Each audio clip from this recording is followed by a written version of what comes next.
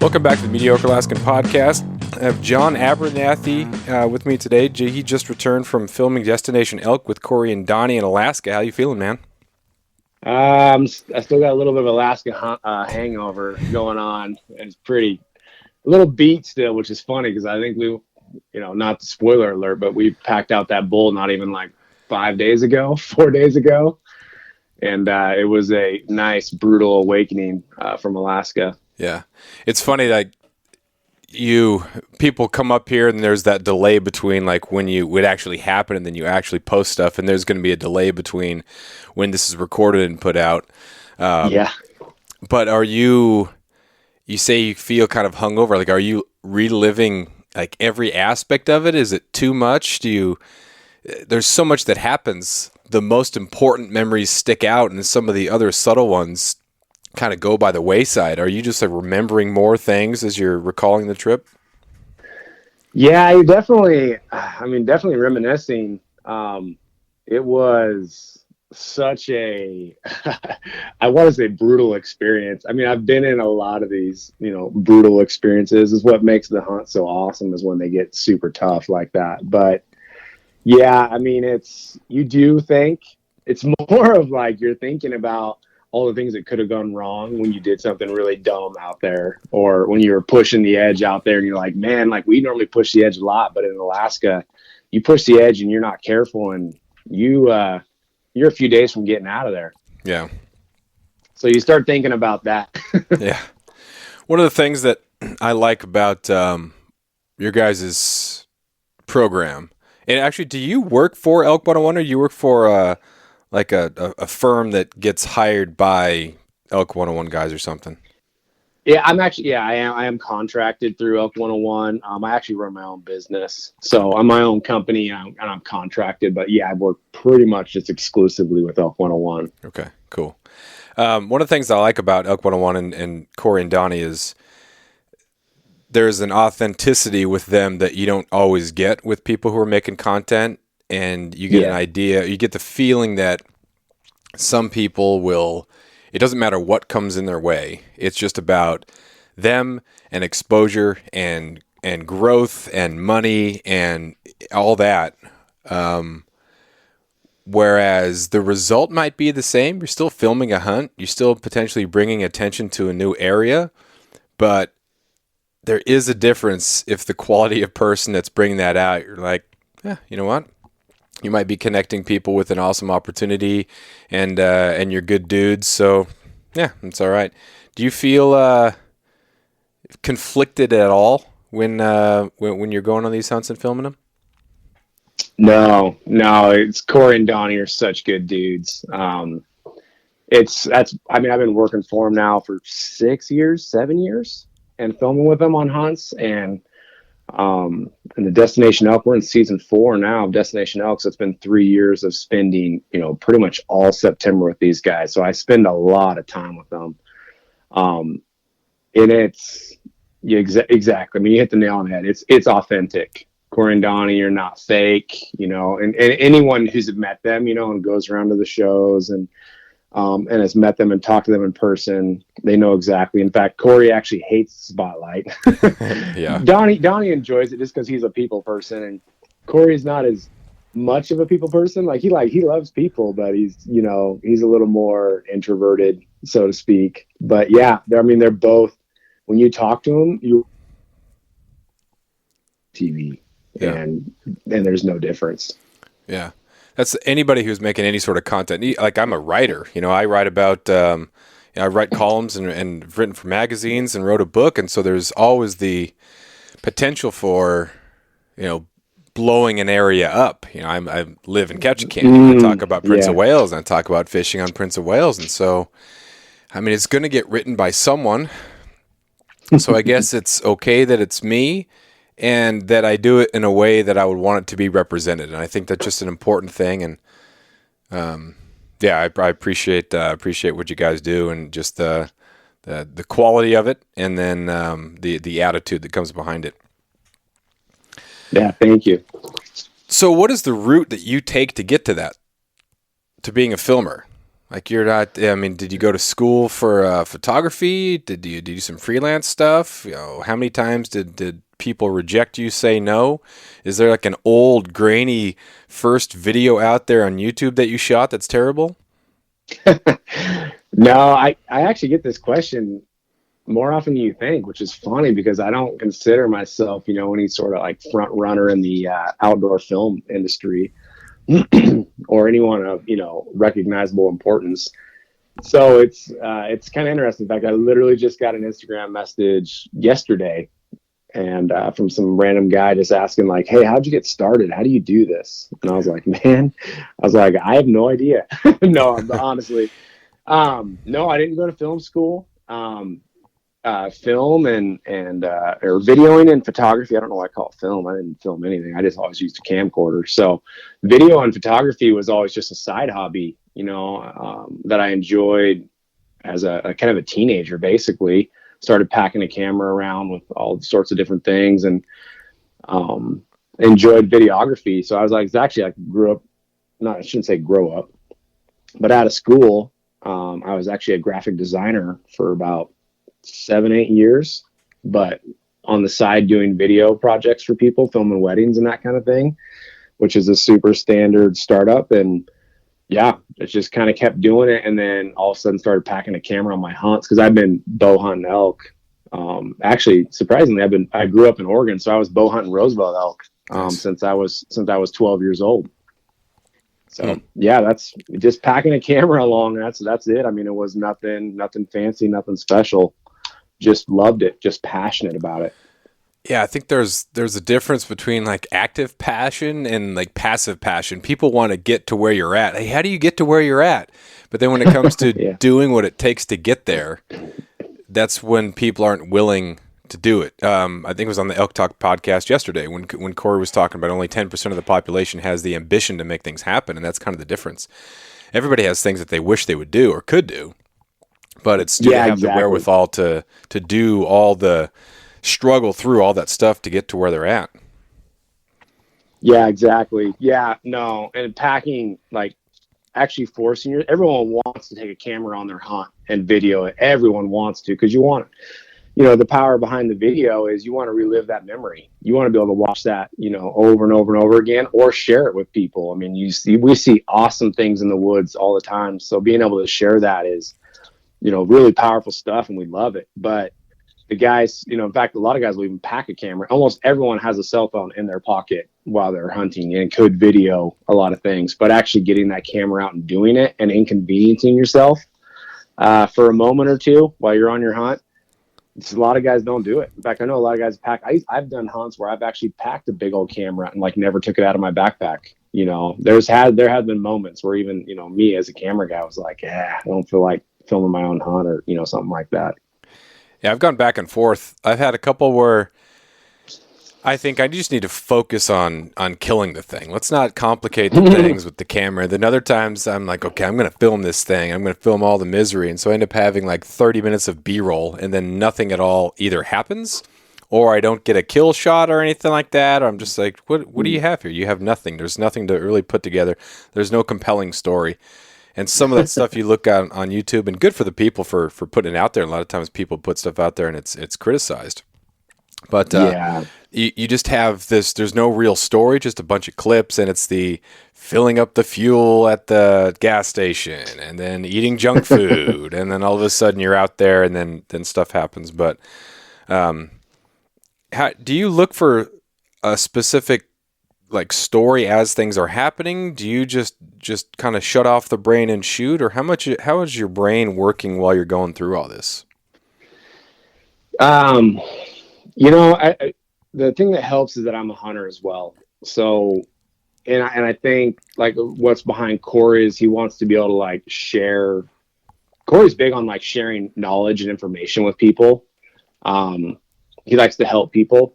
So it's honestly, that's a big driving force behind our video is to just try to show people what it looks like to go hard in the mountains, what it looks like. I mean, he's a tough guy to film because we move at such a high rapid pace. But honestly, the back of my mind when I'm filming is a lot of times just like I'm just trying to show people like what actually went down in the mountains, because that's what I mean. That's what everyone loves with, like, following Corey and the Elk 101 crew is they love to see all the encounters, whether we kill the elk or we don't. They love to see the encounters, the whole setup, and learn from it. Because Corey is a big into education, so that's a big part of my focus, is just trying to let people see kind of everything as it went down, in that moment. So it's not necessarily some story that's bigger than the hunt in our content. Like, our content is more educational based, more like in the moment based. So it's a little bit easier to show that, because I'm not thinking of some overarching story. I'm focused more on just letting people see what happened, what went down, how we did it, and that kind of stuff. Yeah, I think writers tend to look for bigger things. Like, I'm already writing columns sometimes in my head when I'm out there hunting, and just it's Yeah. stupid. I'm like, oh man, this is a tragedy, isn't it? And I'm like, no, stay focused, stay focused. And then afterwards, you look at the whole thing and you look for a story. But I do like the kind of as it happened type thing. Are there times when you miss something or and you regret, like you have to redo stuff? It doesn't seem like you guys are at all the type of squad that tries to recreate certain things because you missed. Like, if you miss something, is Corey upset? Does Donnie make fun of you? Are you chastising yourself? What are you doing? Or do you never miss anything? Oh my gosh. Yeah, if anyone is wanting to be a camera guy, you better. I don't know if you're gonna have to learn how to deal with missing stuff or making mistakes, and hopefully you work for someone who's pretty forgiving. I don't miss a lot of things, but it does happen. It's just the nature of the beast. There's no way. We don't have enough cameras, enough batteries running 24/7 to catch every little thing that happens. So you do miss stuff, and we pride ourselves with trying to keep the camera running as much as possible. But I miss, Donnie will say something hilarious and I won't have the camera on, and I'll be like, oh, kicking myself. And Corey will be like, oh, did you get that? And I'm like, dude, no, I don't have the camera on right now.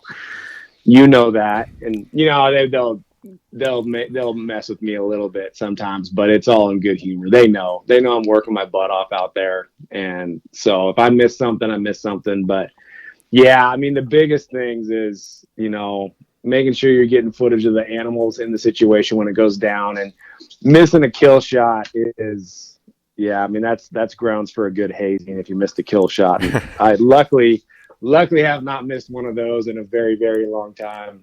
In fact, I don't know if I've ever missed one. Nice. But we have had people miss them before, and yeah, that's the ultimate cameraman failure, is missing a kill shot, if you're there for it. Have you moved past that moment of like nervousness when the bull's coming in and you're about ready to get that shot? Have you moved past, oh my gosh, don't screw this up? Are you able to just be excited or calm? Corey will tell you. Calm? No, not necessarily. I'm not necessarily calm. Actually, on this last one, I was pretty calm. It kind of depends. I actually get a lot of the emotions that you just talked about right there. There can be a little bit of nervousness. In fact, on this, the bull that we got in Alaska, like, I couldn't see him. Corey was up on the knob and I'm down the hill from the knob just slightly. So Corey's got eyes on him, but I can't move because there's about 20 cows all, around just in this little valley below us. And he's worried about me skylining, trying to get up behind him. And so there is a little bit of pressure, because, like, for me as a camera guy, I almost get as excited for Corey to shoot that bull as I get, video the shot shooting. I kind of butchered that horribly. Sorry. But I get as excited probably as Corey shooting that bull, just in capturing the shot with my camera. Like, I get so jacked if I capture a good kill shot.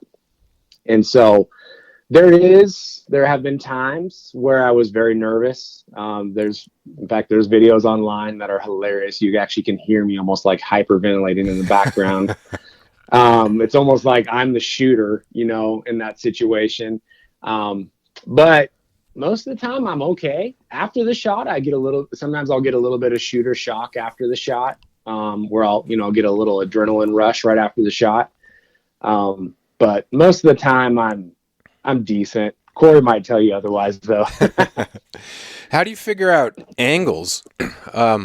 Ryan, buddy of mine, we were up archery bear hunting, and we ended up calling in a wolf, and we got it to about 10 yards, and I got just a perfect picture of it, but he couldn't shoot it with his bow because his vantage, there's a little bit of a bush in the way. So how do you avoid that same sort of thing with an elk where either you're getting great pictures but he doesn't have the shot, or he has a great shooting lane but you don't have a lane to shoot the film? Yeah, no, there's a huge thing between a camera guy.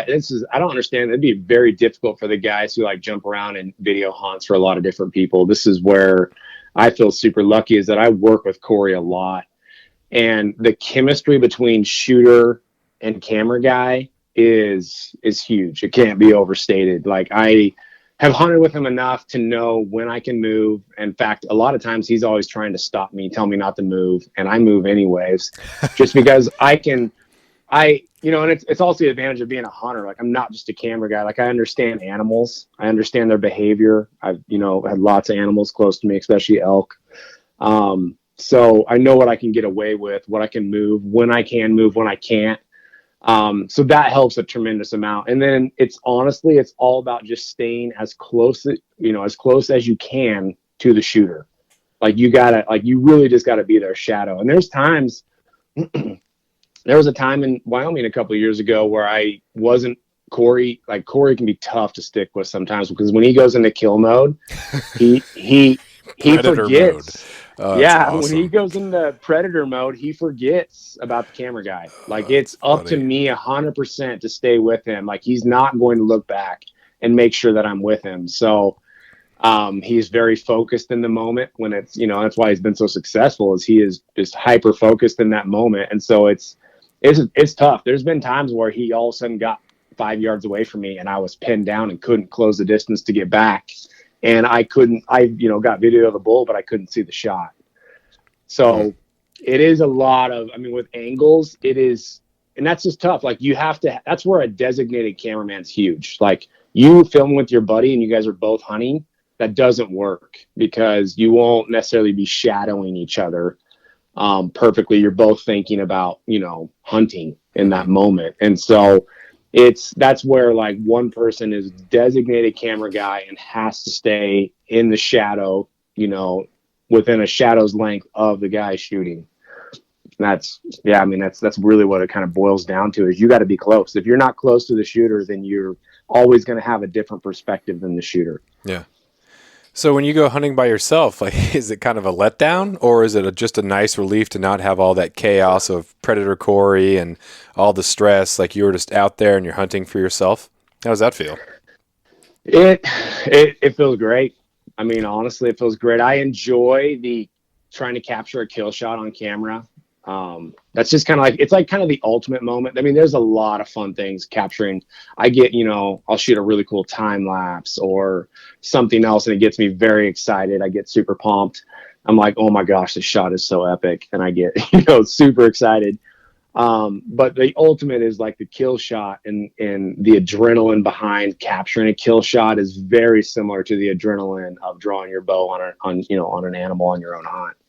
And like, I actually got my first pronghorn this year with my bow, and August 15th. So just a few weeks ago, and man, I was shaking. I got the shakes on that, which was kind of surprising, because the few deer I've shot before that, I really haven't had the shakes. But yeah, I love bow hunting, so I obviously love that adrenaline of getting close, being in the animal, being in close with the animal and tight. And there's just emotions that come with that. Like, if I'm not even gonna lie, I'm not stone cold when I'm within bow range of an animal. I wish I was, but yeah. If Corey and Donnie were filming you, how would that work out? We have actually done that once. We have done that once. They were both tagged out, And this is the brutal part. Like, you want to talk, and maybe we'll talk about this, but like the hard part of being a camera guy filming elk hunting in September, especially when you're a camera guy who absolutely loves bow hunting as much as Corey does, bow hunting elk. I don't get to hunt elk with a bow very much. Like, it's something you have to give up, and it's actually incredibly difficult. So anyways, every once in a while they'll tag out early and I'll get a couple of days to go. And yes, one time hadn't bought a tag anywhere because I wasn't planning on getting a chance to bow hunt. And they both tagged out and they're like, hey, let's go run into town, get you a tag and see if we can't call a bull in for you. And it was like, we literally had 1 day left in the season. And it's interesting. The hunting side of things, like having them film me hunting, like doesn't faze me at all. Cause I feel like I'm a little bit, kind of like Corey in that system is like, it doesn't matter what's going on behind me. I'm 100% focused on the animal. So I don't have any problem with that, but talking to the camera is not my favorite. I don't love it. I don't know. I'm not smooth with words, not eloquent with words. So it's, yeah, I don't enjoy it. I'm like, yeah, if you guys want to film me shoot something, cool. That sounds cool. But yeah, I don't really want to talk to the camera. After years of fine print contracts and getting ripped off by big wireless providers, if we've learned anything, it's that there's always a catch. So when I first heard that Mint Mobile offers premium wireless starting at just $15 a month, I thought, what's the catch? But after talking to them and using their service, it all made sense. There isn't one. Mint Mobile's secret sauce is that they're the first company to sell wireless service online only. They cut out the cost of retail stores and pass those sweet savings directly to you. For anyone who hates their phone bill, Mint Mobile offers premium wireless for just $15 a month. I was hesitant about having to get a new phone and a new phone number, but with Mint, you can use your own phone with any Mint Mobile plan and keep your same phone and your same phone number along with all of your existing contacts. Mint Mobile gives you the best rate whether you're buying for one or for a family, and at Mint, families start at 2 lines. All plans come with unlimited talk and text plus high-speed data delivered on the nation's largest 5G network. Switch to Mint Mobile and get premium wireless service starting at just $15 a month. To get your new wireless plan for just $15 a month and to get the plans shipped to your door for free, go to mintmobile.com/waypoint. That is mintmobile.com/waypoint. Cut your wireless bill to $15 a month at mintmobile.com/waypoint. Well, that can be such a difficult thing, but I think the expectations for people are fairly low. They want someone who's in the moment talking rather than they jotted something down and here's the script that they're trying to memorize or say or something with the fake look of blue steel or something like that. So yeah, there's probably some leeway on that. Yeah, luckily our style is pretty rough and raw. Corey's pretty refined, but me and Donnie are pretty rough and raw, and our style is pretty raw and in the moment. So yes, I do fit into that that category pretty well. Nice. So what kind of gear are you looking at? And I got a degree in journalism, and during my photojournalism class, the professor was saying, like, you can buy an expensive camera or you can just figure out how to take photos. He would go on assignment and he would take those disposable cameras because he said, I just know what angles are, and that's fine. So rather than buy an expensive camera, I can save a ton of money and I can take the right photo that I need with this disposable camera. So is there like an entry-level budget thing that'll get it done, or should you invest once or cry once, buy once? What do you think? Oh man, yes to both. I'm a pretty I'm not a super wealthy guy, so I'm pretty budget minded, but I actually do this professionally. And it kind of depends, honestly. Like when guys like, what camera should I get? I'm like, man, whatever camera you will actually pull out and use. Because if you buy a camera so fancy, so nice, but it's really hard to use in the backcountry, or it's not fun or easy to get out, you'll leave it in your pack. Like you won't take it out because it's so inconvenient. So if the only thing you're willing to take out and film with is a GoPro, then buy a GoPro. You know, like, yes, you're going to get ridiculed on all your kill shots because it's going to look like the animal's 500 yards away, and no one will ever be able to see it. But at least you'll be able to film a story, you know, with it. So whatever camera you're willing to take out and use. But for guys who are looking to do it, you know, and actually create content for like a YouTube channel, I'm big into DSLRs. Like, I love, there's camcorders are great. Like, you can capture a lot of story with camcorders, but for me, and this is actually kind of tough because I don't actually get to do this much with the kind of the content I'm producing right now, is the artistic side of creating stories is like a huge passion of mine. And right now I'm kind of in an industry and in a position where it's just like mass content drop. It's just get content out to people. And, you know, the art side of it is actually sacrificed to some degree. Like when I'm filming with Corey, we're moving so fast and hunting so hard that I don't have a lot of time to sit around and get all these perfect little angles and artistic shots and that. I mean, yeah, I get some time to do that. And you'll see in our films, you know, in our episodes that, you know, there is some artistic to it, but man, I have to work hard to get that because it moves so fast.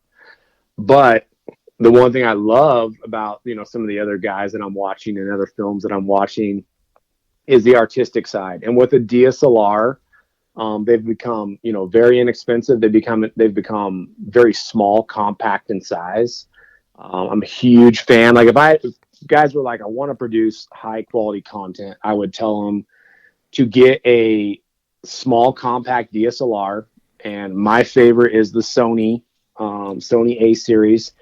They're crop sensor cameras, like an A6600. It's actually the A6, basically the A6 series, but the A6000 through A6600 is a very small, compact DSLR. It's easy to like put anywhere, and the lenses that come with it are very small, and you can get some artistic lenses. It's also very inexpensive. Those are, you know, that if guys are talking about cameras, that's where I would point them first, because you can produce great photos with those cameras, but also great video content with those cameras as well. And so I'm a huge fan of a compact DSLR setup for guys filming hunts. Mm-hmm. What type of lens?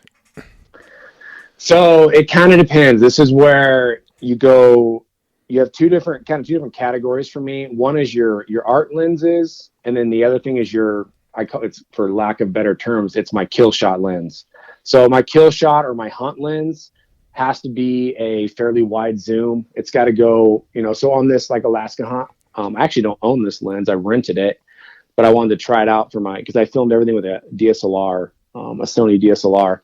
I rented a 24 to 240 millimeter lens. So for guys that don't really know what those numbers mean, 24 millimeters is a pretty wide angle lens. And so that's kind of the minimum. In fact, you know, not spoiler alert, but we shot this bull really close quarters, and 24 was almost not wide enough. I wish I would have had something a little wider, because the bull, I only had Corey's bow in the frame with the bull. I couldn't get Corey's body in the frame with the bull because it happened so close.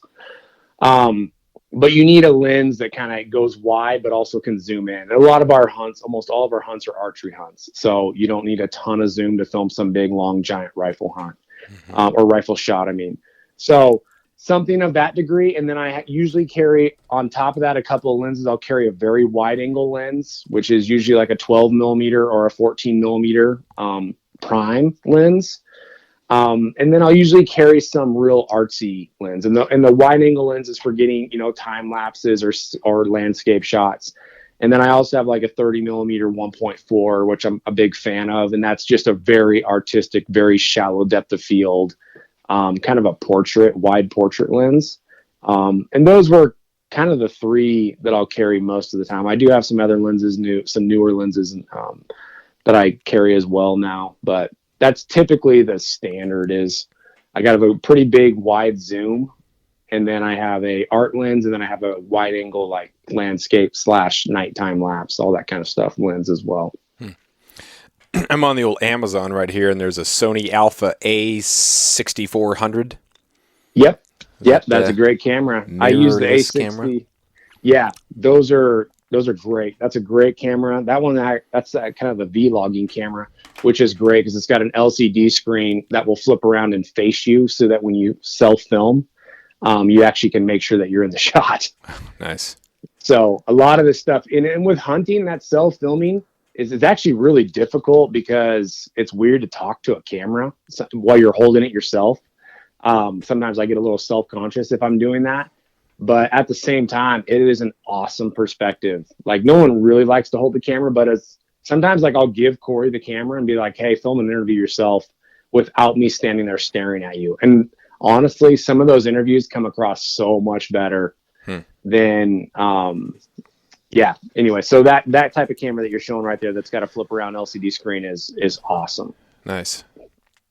Have you used a lot of GoPro stuff, or do you use much of that anymore? Or because that was kind of a huge thing when the GoPro came out. That was amazing, and then there were some sound issues, and then there was the the walleye vision. But then they've really refined that. I had a Hero 2, but things are way better now than they used to be. Yeah, yes, I've had a lot of different GoPros over the years, and honestly, the new ones have gotten so good. In fact, the GoPro saved our butt in Alaska, honestly, because it was raining so hard. I was like, there's no way my DSLR is going to survive this rain.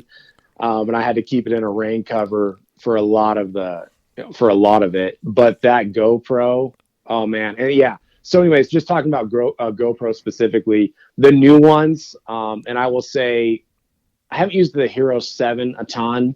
I have the Hero 8. Corey has 2 Hero 7s that he uses, and they seem to be really good. But the Hero 8 and beyond they're phenomenal. The audio, they've added like multi-directional audio. Their audio is phenomenal compared to what it used to be. Their audio used to be just horrible on the GoPros. Yeah. And they're fantastic. The cameras, I can't talk about them enough. I use them a ton. We carry these little kind of bendy leg tripods that are about a foot long. It's about a foot tall tripod. We put the GoPros on them, and you can stuff them in your side pocket of your pack and reach back, pull them out really quick and easy. And if you get these little windscreen, there's like these little foam windscreens that go over the mics, you can talk in high winds, and it is outstanding. So just having like a quick, easy camera to get to for interviews or something funny that's happening in the moment.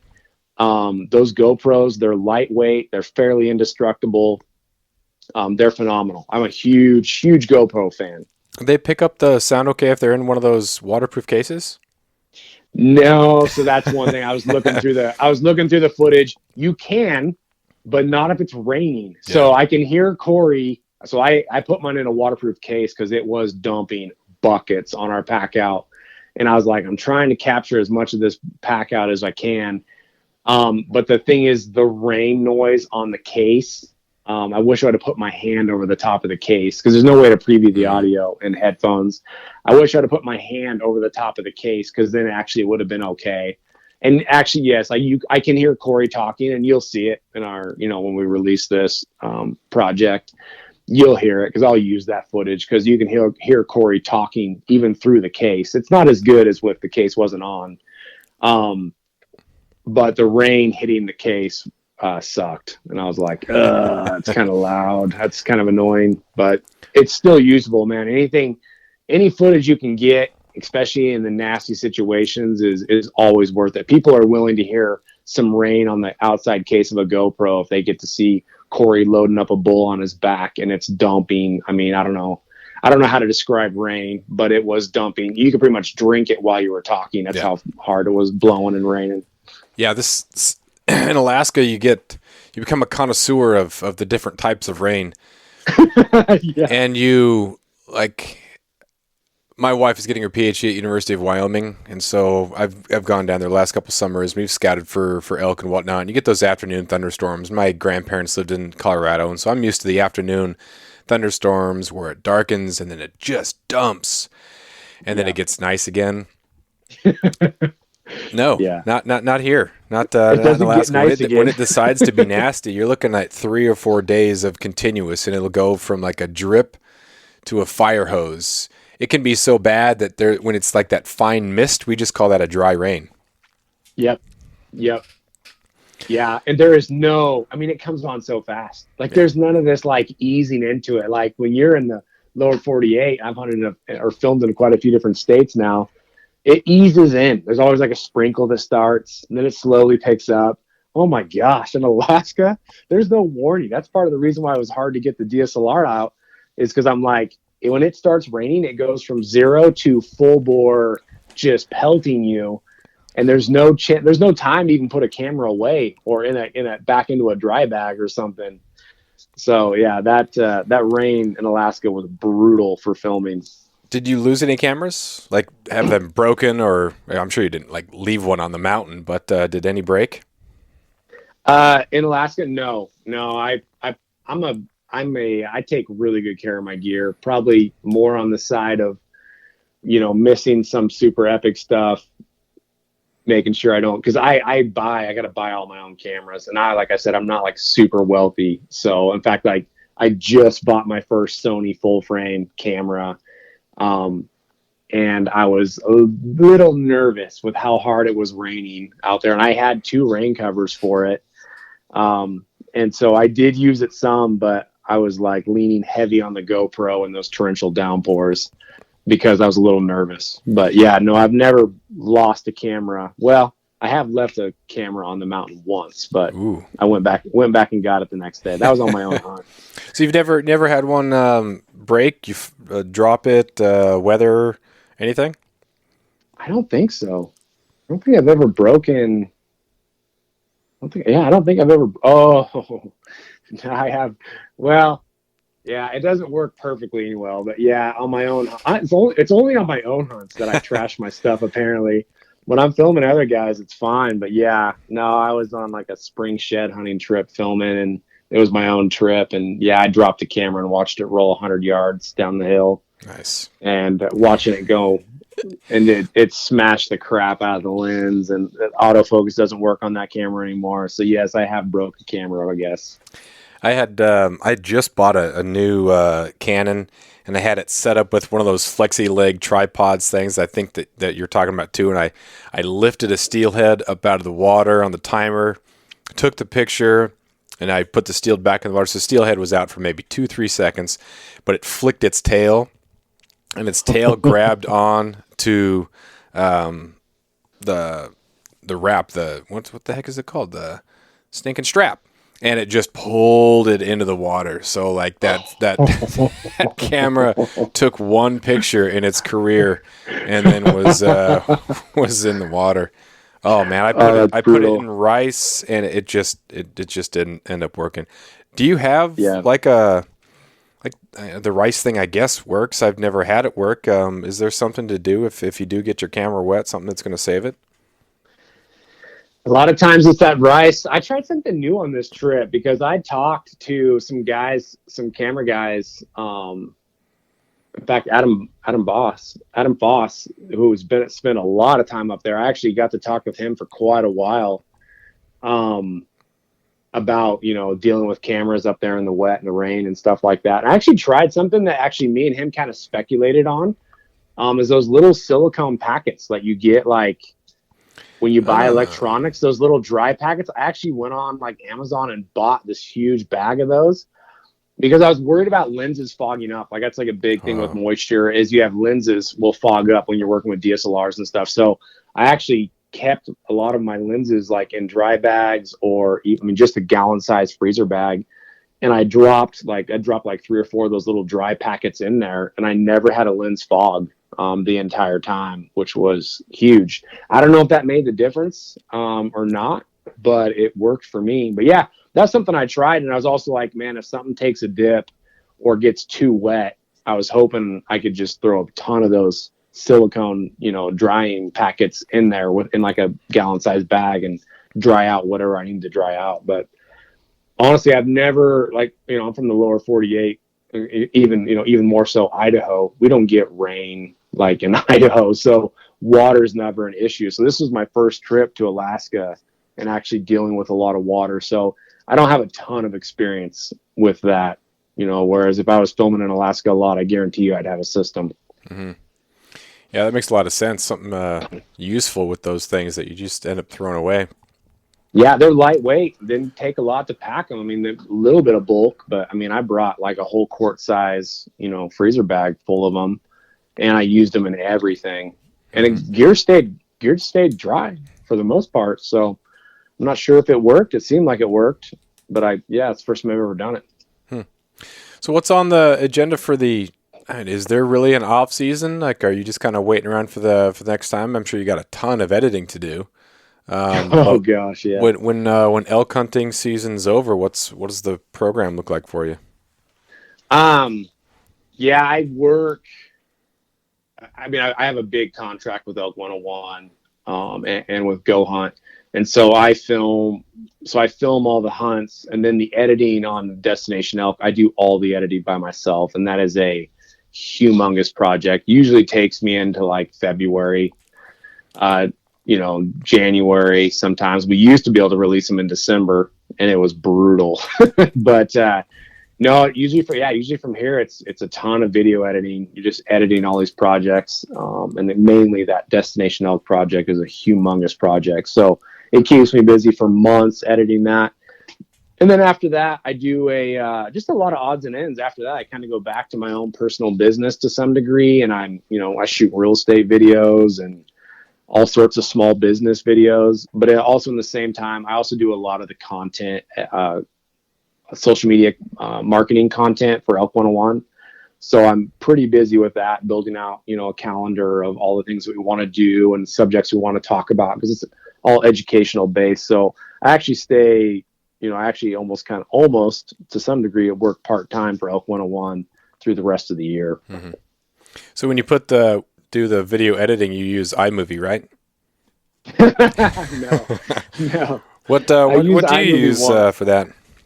So I use the Adobe Premiere Suite. Okay. It was, I started actually with Final Cut and used Final Cut for a long time. But when Final Cut had a problem with DSLRs, or you had to convert all your footage way back in the day when you're using DSLRs with Final Cut, I switched to Adobe Premiere because you didn't have to do that. And just self-taught myself on both those programs. There's enough content on YouTube that you can learn any, editing, software these days. Yeah. No problem. So, but yeah, I use the Adobe Suite because I was a graphic designer, so I already know Photoshop and Illustrator. So using Premiere Pro is like no big deal. It wasn't hard. What would you recommend for someone getting in? Because if some random person who has they say they have a passion for photography and like, well, I'm going to do this. I'm going to film some hunts. I'm going to spend $1,000 on this camera. I'm going to spend whatever the Adobe Premiere, like that's the suite's pretty expensive, right? The creative suite. Yeah. If you can get the whole suite for like $50 a month. I think you can rent just Premiere Pro, for a little bit cheaper. And it's like it's pretty much all that stuff is on a monthly basis now. You buy just like a monthly rental. So if you were going to do it, just hunting, you could probably just do like a 1-year rental on it and get all your editing done, and then decided what you wanted to do for the next year, or even just maybe even a couple of months. But, yeah, I haven't used any of these like little knockoffs or lower end editing softwares. In fact, when I have people that try to use them and I'm trying to help them, it's usually a total pain. There's just like a lot of things that aren't there, but there is like, I don't know. I can't tell you for sure if you can get this as a standalone, but there's a program inside of Adobe called Adobe Rush, and it's a watered down version of Premiere. And Adobe Rush, I actually know a couple of guys who kind of produce their own stuff. It's normally like little product videos or something, and they use Adobe Rush and they love it. It's like really easy to use, very basic, and it's super easy to export out of Adobe Rush to like YouTube or Vimeo, any of those, kind of online video sources. So I haven't used it a ton. I did help them once with it, and I was like, oh, this is pretty slick. And it's just a watered down version of Premiere. And I don't know if it's cheaper or not, but that would be something to check out for sure, is Adobe Rush. Mm-hmm. You can spend a lot of money on a lot of great gear, but it doesn't make up for the fact that you don't have good content. So what are some Yes. things that you would recommend for someone who maybe wants to do this, but is maybe stuck with cell phone videos and using iMovie? What are some things to look for when trying to put some content out there that doesn't necessarily have much of a budget? Yeah, no, totally. The You don't have to have, in fact, there's been a lot of, there's actually whole YouTube videos that have been shot with iPhones, and um, there's a lot of talent. If you've got talent, it doesn't really matter what camera you're using. But I will say this, like if you're going to try to produce, because I'm a budget minded guy, I don't have super fancy equipment. In fact, it kills me. So many of the guys in my industry, like are touting the latest and greatest. And I mean, there's a camera body that I have been eyeing forever that I want so bad because I want to be able to shoot 4K, 120 frames per second, basically be able to shoot 4K slow-mo, and watch that arrow dip over, and blow through the bull or something like that. But I can't personally even afford that camera. It's insane. And so being budget minded, but also really trying to produce good content is I would say it's a niche of mine, something that I think about constantly. But for those guys that are, audio is huge. When you get into the lower budget stuff, usually you're sacrificing audio. And so if you're going to film with a cell phone, get a little microphone that plugs into your camera. That way you can record, decent audio. I think audio is what destroys the low budget guys the fastest. Is usually, I mean, our cell phones have great 4K cameras on them now. Almost everyone's cell phone probably shoots 4K, and so you have quality video shooting in your hand just with your cell phone. But it's not, your audio is going to be brutal, really, really bad. And so inexpensive audio adapters go a long ways for budget guys that are working on a budget and trying to produce quality. And then the other thing, is editing. Almost everyone has image stabilization in their camera. So, having a camera that's like super shaky is also like a big, Right. It's fun for a while. Like, I mean, if you're running from a bear, yeah, shaky footage makes sense. But when you're, filming a blacktail eating, you don't want shaky footage. You don't want your audience being nauseated. Yeah, thrown up is no good. So, so, those are kind of some tips, some quick tips is, camera stabilization, making sure, which usually isn't a problem now with even, a modern cell phone. And then audio. Yeah. I mean, those are two really big things that could help, the lower budget guys go. And then it's about angles, understanding framing. If you're using a cell phone, you can do some really cool stuff if you understand that just touching the screen changes the focus point, and you can, focus on one thing and then tap somewhere else, focus on the next thing, or you put, things in the foreground and your subjects in the background so that it creates a depth of field look. There's a lot of cool tips. I mean, there's stuff on YouTube you could learn, and Instagram and all this kind of stuff that will show you how to do this. Mm-hmm. But you can create some great content, even with just a cell phone.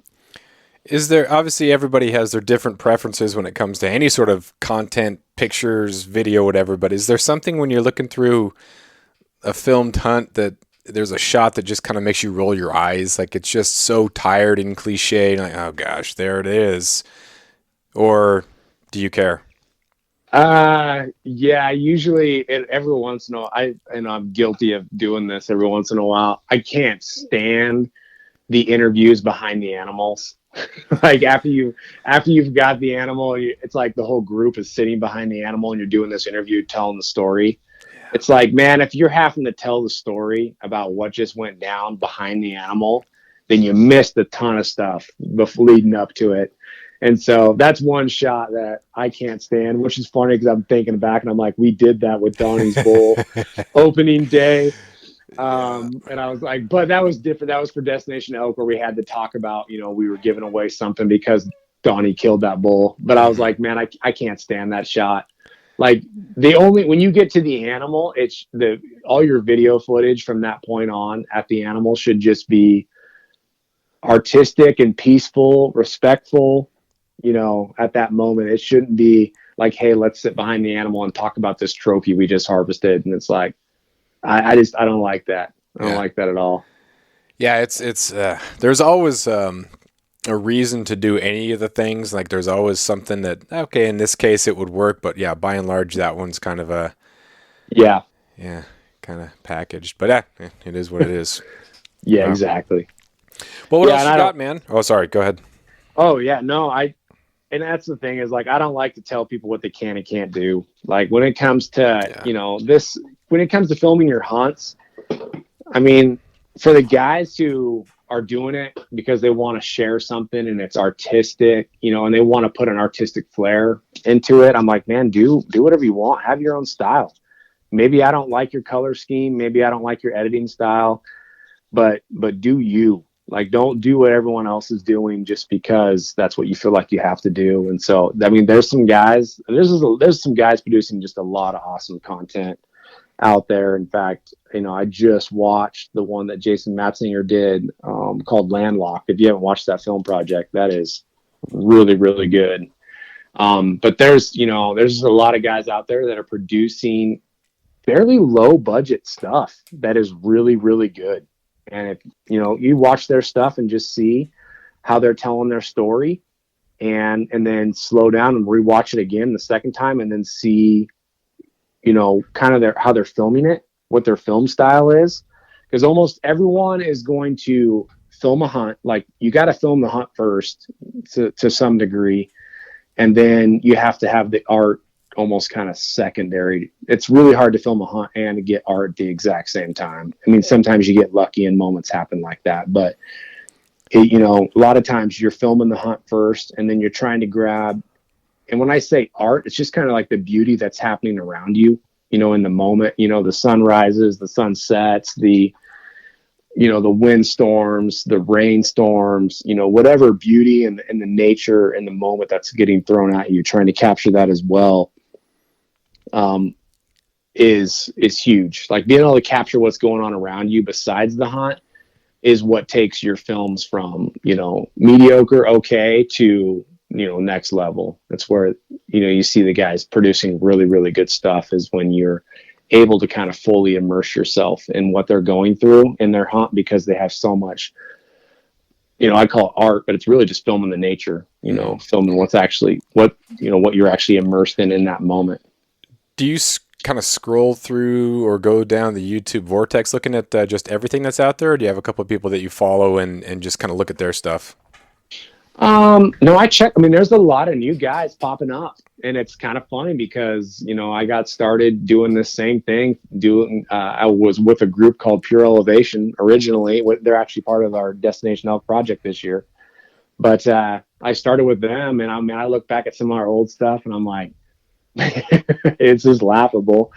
And so I try to be super gentle when I'm watching, some of these new crews that are starting up, and you can tell they got a really fancy camera, but, they're not really sure how to use it yet, or what their style is yet, or, how to fully tell the story. And so I try to be gentle, but yeah, I mean, I try to watch a lot of different things.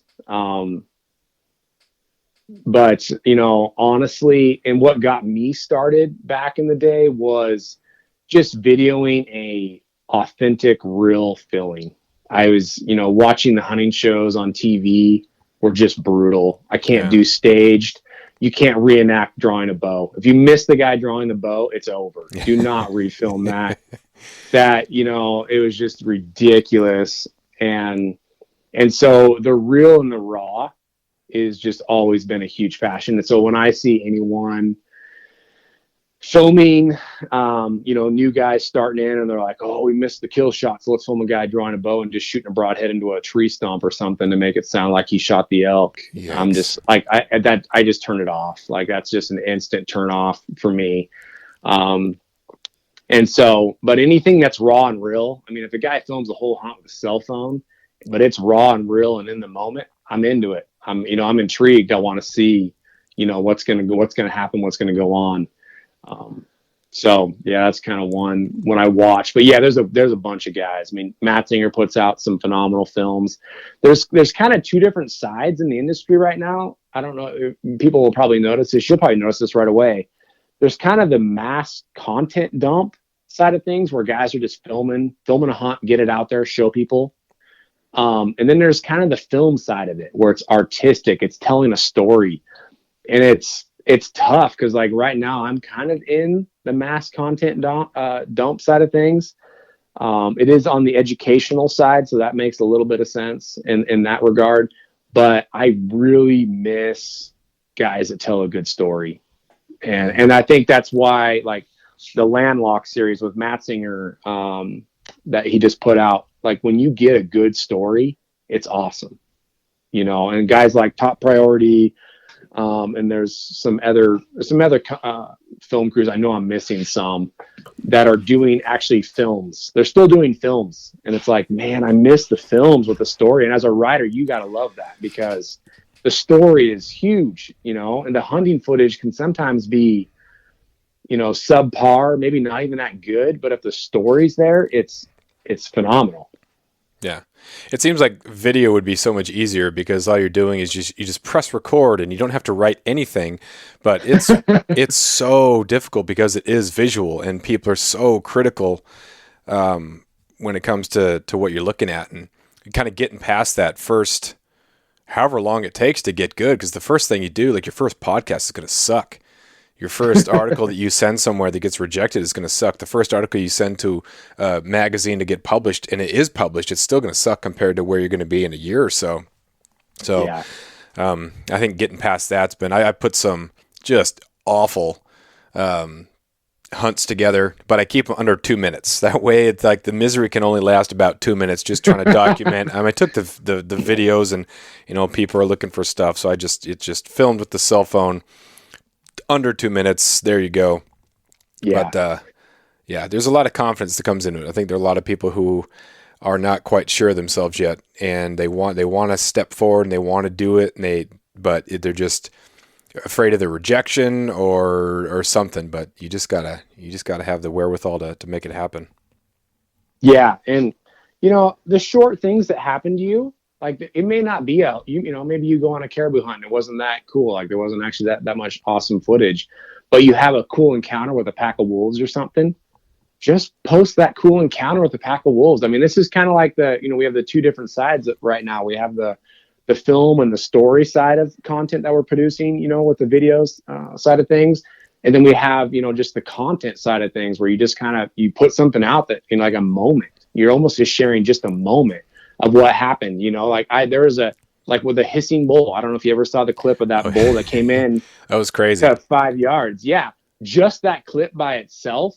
I mean, it just blew people away. Yeah. Like it was such a cool just moment, Corey's got this bull on the ground sitting there in front of him. He's already shot a bull. And then the big herd bull comes walking in and almost fights that dead bull on the ground right in front of us. Like he was super mad. And, just that one moment was so cool to be able to share with people. And that's, those are the things, like, don't forget about that as well. If you have cool moments that happen to you in the woods, like share them. It doesn't have to be a whole film, a whole story. Yeah. Awesome. Well, that's a great send off, man. Where can people find you? Where can they find your work and all that stuff? Yeah, I'm pretty much just, all my content's on Elk 101 right now. But I've done, I've done work for quite a few different people. I have a website, IdahoMediaSolutions.com, but honestly, I haven't done anything with that website in probably the last 10 years. So most of my stuff that you're going to see, maybe some of the Pure Elevation stuff, PureElevation.com, film crew, and then also the Elk 101. I've been working with Elk 101 and putting all their videos out for the last 6 years. So pretty much on YouTube, elk101.com is you're going to see a lot of the content that we do there as well. Awesome. Well, thanks, man. Really appreciate your time. Thanks for all that you're doing. Love the product, and good luck the rest of this fall. All right. Yeah. Thank you. Taking off again here in like 4 or 5 days to film the next hunt. Got everything dried out, ready to go. Luckily, this one's in Idaho, so I will not be dealing with rain. Thank goodness. Yeah, you got the memory. That's authentic Alaska. You got it. Yeah, no, we got it. We earned it for sure. We did it right. Awesome. Thanks, man. Yeah, thank you, bud. See ya.